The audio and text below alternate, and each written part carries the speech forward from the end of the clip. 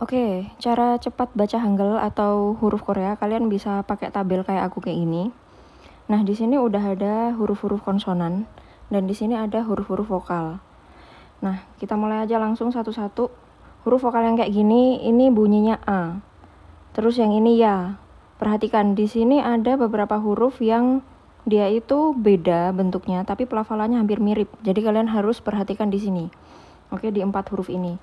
Yang ini yang kayak A tapi kebalikannya, ini gue romanisasiin O terus ada sayapnya 1. Nah, ini dibacanya adalah O. Contoh kayak kata kopi, kayak gitu. Jadi ini pelafalannya kayak kata kopi ataupun covid, atau terserah lah kalian cari pelafalan yang ada O-nya coba dalam bahasa Indonesia atau bahasa yang sudah kita familiar. Terus habis itu di sini ada huruf yo. Jadi ini O, ini yo. Sedangkan kalau yang modelnya tiduran kayak gini, ada coret ke atasnya 1, ini adalah huruf O. O biasa ya. Jadi contohnya kayak kita ngomong donat kayak gitu. Jadi beda. Antara O dan O itu beda ya. Kalau yang ini itu O, yang ini O biasa. Nah, berarti yang ini ikut ke sini, ini yo. Jadi aya, oyo, oyo. Terus habis itu kebalikan dari O ada turun, ini U. Gue rasa nggak masalah ya, kalau U kayaknya semuanya bisa. Terus yang coretnya 2 ini U. Terus yang ini, perhatikan, nanti ini ada huruf yang mirip-mirip lagi soalnya. Ini lafalnya adalah E. Contoh di kata elang. Ataupun emas. Terserah kalian mau nyari contoh yang ada E-nya itu kata apa yang kalian sekiranya udah familiar. Terus yang terakhir ini ada huruf I, nggak ada masalah ya. Habis itu, ini huruf konsonan. Nah, ini udah ada nama-namanya. Nama-nama huruf konsonan tersebut. Nah, jadi kalau kalian perhatikan ya, di sini gue nulisnya agak aneh nih. Jadi di depan huruf kapital, di belakang juga huruf kapital. Sebenarnya disclaimer, ini cara gue waktu gue lagi belajar bahasa Korea, itu awalnya gue ngafalin huruf itu dari namanya. Biar apa? Biar gampang. Karena kalau huruf Korea itu waktu dia jadi huruf depan, itu akan dibaca bagaimana dan jadi bacim atau akhiran itu juga akan beda. Jadi contohnya gini. Di sini huruf yang kayak gini, ini ya. Ini adalah huruf giok. Jadi ini udah gue tandain, giok berarti kalau di awal dia akan dibaca sebagai G, di akhir dia jadi K. Terus yang kayak gini, ini huruf nien. Ya. Jadi yang kotak sebelah kiri bawahnya ini huruf nien. Jadi di awal dia N, di akhir juga N. Selanjutnya ada diget berarti D dan T. Riel berarti R sama L kalau di belakang. Miem berarti depan M, belakang M. Biep depannya B, belakangnya P. Siet depannya S, belakangnya T. Iyang. Nah, kalau kalian perhatikan di sini iyang gue nggak nulis huruf besar di awal, tapi huruf besarnya cuma di akhir. Karena iyang ini kalau misalkan dilafalkan di depan atau dia biasanya menjadi konsonan pengganti sama vokal, itu nggak dibaca. Jadi contohnya gini, kalau kita mau nulis nama Agus misalkan gitu kan, berarti kan kita butuh huruf A di depan tuh. Nah, A ini nggak bisa kita tulis sendirian kayak gini tuh nggak bisa. Jadi harus ada konsonan di depannya dulu. Sedangkan semua konsonan ini kan punya bunyi kecuali si iyang. Nah, iyang ini nggak punya bunyi sendiri. Artinya kalau iyang kita letakkan berdampingan dengan vokal, iyangnya itu nggak dibaca. Yang dibaca tetap vokalnya. Jadi contoh, iyangnya ada di sini, A-nya pasti ada di sebelah kanannya. Karena penulisan itu konsonan dulu baru vokal kayak gitu ya. Nah, jadi ini bacanya tetap A. Kalian lihat kayak gini, ini A, ini tetap dibaca A.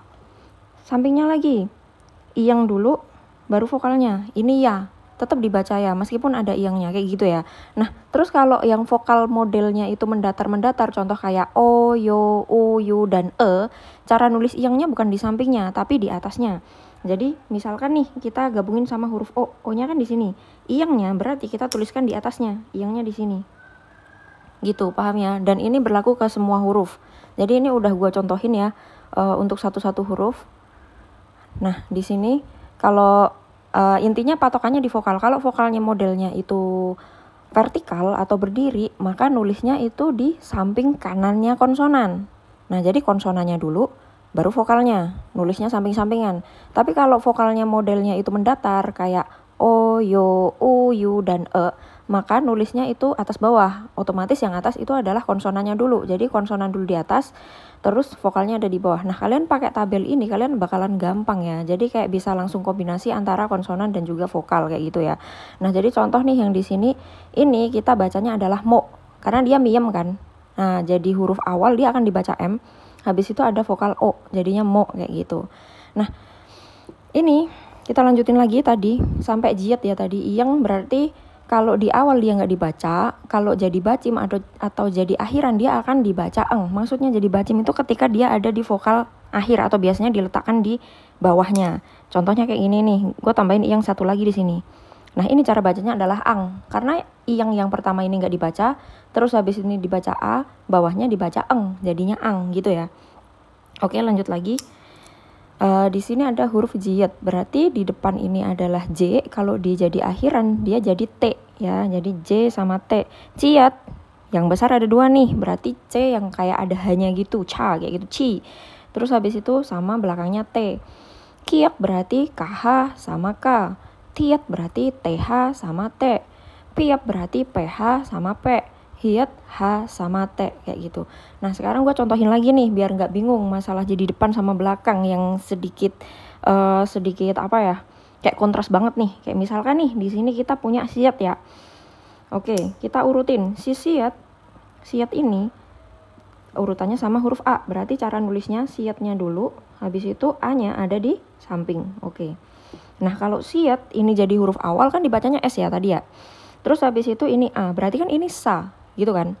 Nah, sedangkan kalau punya bacim nih, misalnya gue kasih bacim, ini nih, real kalau di depan kan dibaca R, kalau di belakang dia dibaca L. Nah, kalau misalkan real gue jadikan bacim di sini. Nah, ini cara bacanya bukan sar, bukan realnya dibaca R, bukan. Tapi realnya dibaca huruf akhir. Berarti cara baca ini adalah sal, kayak gitu ya. Paham ya? Jadi bukan sar, bukan, tapi sal. Oke. Nah, beda halnya lagi kalau misalkan setelah ada bacim itu diikuti huruf konsonan. Jadi contoh, kita ambil huruf kata yang sama lagi, sal lagi ya. Nah, sal kayak gini. Terus habis itu kebetulan ketemu sama huruf A lagi. Ingat, A itu nggak bisa berdiri sendiri. Vokal itu nggak bisa berdiri sendiri, harus punya konsonan. Jadi ini kan satu suku kata sendiri nih. Kita bentuk satu suku kata lagi. Kayak gini. Nah, jadi cara bacanya ini bukan sal A, tapi sara. Realnya, karena ketemu sama vokal lagi, maka dia akan dibaca kembali ke bentuk awal. Kalau si bacim ini ketemu sama konsonan, maka dia tetap dibaca bacim, berarti dibaca belakangnya. Sal, misalkan ketemu sama da, berarti salda kayak gitu ya. Tapi kalau ketemu sama vokal, sal ini karena dia real ketemu sama A itu vokal ya. Jadi kan ini iyengnya nggak dianggap ya, yang dianggap adalah A-nya. Maka cara membaca realnya ini dia bukan lagi berfungsi sebagai bacim, tapi kembali lagi dibaca menjadi huruf awal. Nah, jadi kurang lebihnya kayak gitu. Oke, durasi ya. Gila. Coba kalian bisa baca ini nggak? Misalkan gue kasih contoh kosakata ini nih. Miem sama huruf yang O ya. Jadi di sini gue tuliskan miem sama O. Gue kasih bacim, giok deh. Mok. Oke. Terus habis ini ketemu sama ini. Nah, ini dibaca apa? Sama perbandingannya, misalkan gue tuliskan miem, O, giok lagi, sama gue tuliskan vokal di belakangnya. Kira-kira ini dibaca apa?